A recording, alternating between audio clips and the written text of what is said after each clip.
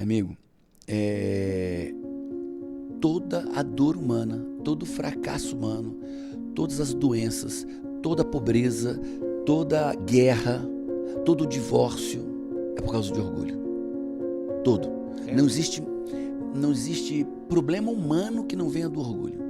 Você acha que o orgulho é o maior de todos os males? É.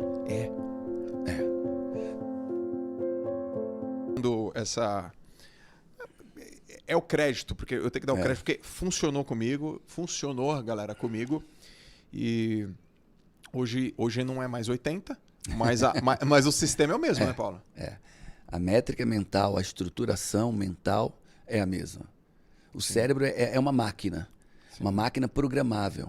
Quando as pessoas aprenderem a programar suas mentes, como se programa um computador, e é muito similar, é muito louco, mas é similar, né? Nós não agimos nem reagimos de forma ocasional ou imprevista. Existe um modelo de ação e reação em nós. Nós aprendemos a agir de uma maneira, aprendemos a reagir de uma maneira. Isso é um programa. Pessoas aprenderam a ser pobres, pessoas aprenderam a ser ricas, pessoas aprenderam a ser felizes, pessoas aprenderam a ser infelizes. É um aprendizado. E se é um aprendizado, né, eu posso aprender e posso reaprender. Tem métrica para isso, tem técnica para isso. Ninguém é obrigado a continuar sendo a mesma pessoa que sempre foi. Sim. Outra vez também que a gente fez uma live, você falou uma coisa muito poderosa para mim. Que você falou que as pessoas que hoje mais sofrem, têm uma vida muito difícil, que tem, sei lá, uma insatisfação tremenda no trabalho, uma vida financeira ruim, elas são orgulhosas. Ixi. Quando você falou aquilo, eu lembrei exatamente de uma pessoa, assim, muito próxima a mim. E eu falei, eu acho que isso é orgulho também. Amigo, toda a dor humana, todo o fracasso humano, todas as doenças, toda a pobreza, toda a guerra, todo o divórcio é por causa de orgulho. Todo. Não existe problema humano que não venha do orgulho. Você acha que o orgulho é o maior de todos os males? Depressão é orgulho. Peraí. Ninguém tem um problema maior que o meu. Meu problema eu sou mais sofrido, eu sou mais rejeitado, eu sou mais... É orgulho. É orgulho. Se a gente for metaforizar, né? Vou fazer uma metáfora bíblica. Por que Lúcifer foi expulso do céu? Orgulho, ele queria ser igual a Deus.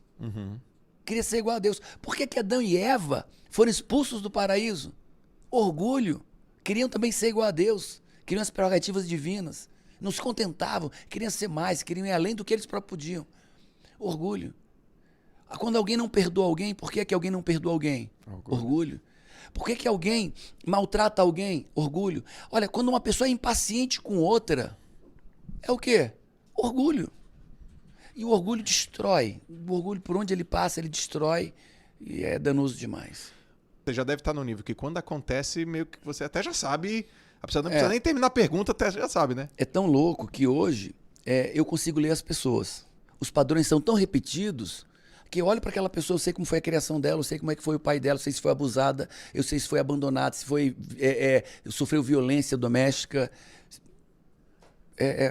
Os padrões se repetem, são poucos padrões, mas se repetem e se combinam. Então, com a experiência... Mas, assim, o que mais eu vejo hoje eu não vou dizer no método CIS, mas o que eu mais vejo hoje nas minhas redes sociais é as pessoas perguntando, Paulo Vieira, como é que eu descubro o meu propósito? Essa é a pergunta número 1, que eu já estou impaciente já de responder. Né? Porque ninguém encontra seu propósito. Boa. Ninguém encontra. O seu propósito te encontra quando você descobre sua real identidade. Quer ver uma coisa? Você não pensou, tenho certeza, você não pensou, planejou, eu vou ser um treinador de pessoas, vou desenvolver pessoas, você pensou nisso? Nunca. Nunca. Mas quando você descobriu quem você era, isso te pegou pelo braço, saiu te puxando e te fez ser quem você é hoje. Sim. Quando nós descobrimos nossa real identidade, a nossa real, aquilo mais parecido com o que nós nascemos para ser, quando você descobre sua identidade, amigo, você é raptado para viver uma missão. Paulo, por que pessoas vivem largados no mundo? Porque não têm noção quem eles são. Estão se drogando, estão bebendo, estão dormindo até tarde, estão presos em séries, presos em pornografia, presos numa vida sem sentido, porque eles não sabem quem eles são. Porque no dia que ele descobrir sua real identidade, compor sua identidade, ele é catapultado, é sequestrado para viver um propósito. E Paulo, pô, hoje você tem uma legião de gente que te segue, você tem resultados inquestionáveis nesse mercado, mas conta um pouco lá do começo. O Paulo que não tinha track record, que tinha dúvida. Eu já ouvi algumas das tuas histórias e você passou por momentos muito difíceis, né? Sim. Como é que foi o teu começo? Lá atrás, né? Lá atrás eu sou cearense, né? Mas eu fui com 1 ano pro Rio de Janeiro e me criei lá. E aos 17 anos meu pai tinha quebrado. Quebrado, mas quebrado, como o Chico diz no Ceará, quebrou que apartou, né? Quebrou que separou. E aí, 17 anos, pai quebrado, fazer vestibular, faculdade, e aí entrei, aí fui morar em Fortaleza, voltei para Fortaleza, né? Minha mãe era de Fortaleza, tinha familiares em Fortaleza, então eu cheguei em Fortaleza e fui fazer faculdade. E dos 17 anos aos 30 anos, aí, meu amigo, a peia foi grande. 17 aos 30. Você tá falando aí de 13 anos. 13 anos. 13 anos de muita dor. 13 anos de um casamento que fracassado, 13 anos de muitos baixos e poucos médios, né? Porque não dá nem altos e baixos, era muito baixo e médio. O que você fazia? Cara, trabalhava com o quê? Eu fazia faculdade. Tá. Só que a faculdade que eu fazia no início é de manhã, tarde e de noite. Então eu não conseguia trabalhar. E não tinha dinheiro nem para o ônibus. Não tinha dinheiro para me alimentar. Na época, se fazia cópia dos livros, né? Era institucionalizado a pirataria. E eu não tinha dinheiro para fazer as cópias dos livros. Sim. E aí o que eu fazia?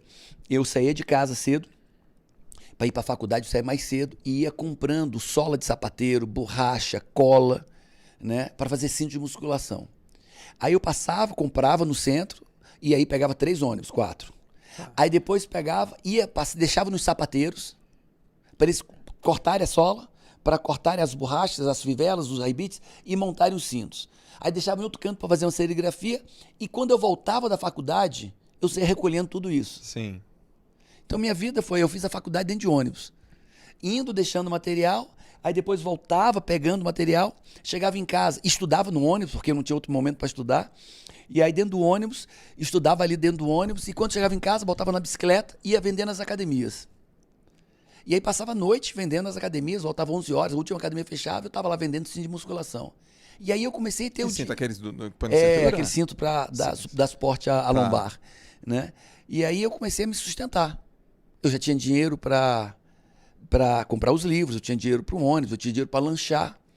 Supostamente meus pais me mantinham, mas nem todo mês tinha, e na verdade era muito confuso isso. Meus pais estavam passando por problemas muito difíceis também, né? E aí começou, e daqui a pouco isso na casa da minha avó. Aí eu comprei aquelas máquinas bem velhinhas de costura, sabe? Sim. Aquela que o pezinho assim? Aí botava um motorzinho atrás e eu comecei a fazer colchonete de musculação para vender nas academias. E aí daqui a pouco agora eu botava os cintos, né? E botava 2, 3 colchonetes. E meu quarto já era uma oficinazinha que eu fazia ali de madrugada, ia fazendo. E assim eu passei anos, né? Sobrevivendo dessa maneira. Você fazia faculdade de quê? Engenharia. Engenharia. E aí foi. Aí depois eu queria crescer, né? E esse dinheiro não dava para muita coisa. E aí eu comecei a vender sunga na praia. Eu tinha 7 dias, eu estava trabalhando 5, 6. Sim. Então o 7º dia era na praia.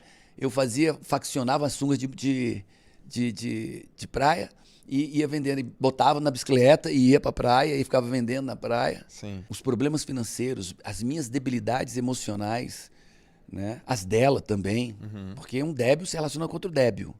Não dá para um débil se relacionar com uma pessoa que... Nem rola. Nem atrai, não tem nem percepção energética, né? Não tem. Quando você vê uma pessoa, ele tá maltratando ela. Os dois são doentes. Um é doente por bater, outro é doente por apanhar. Você fala uma frase que é assim, né? O outro... Como é que você fala? O outro só tolera o que você permite? Como é que é? Cada um só vive aquilo que tolera. Cada um só vive aquilo que tolera.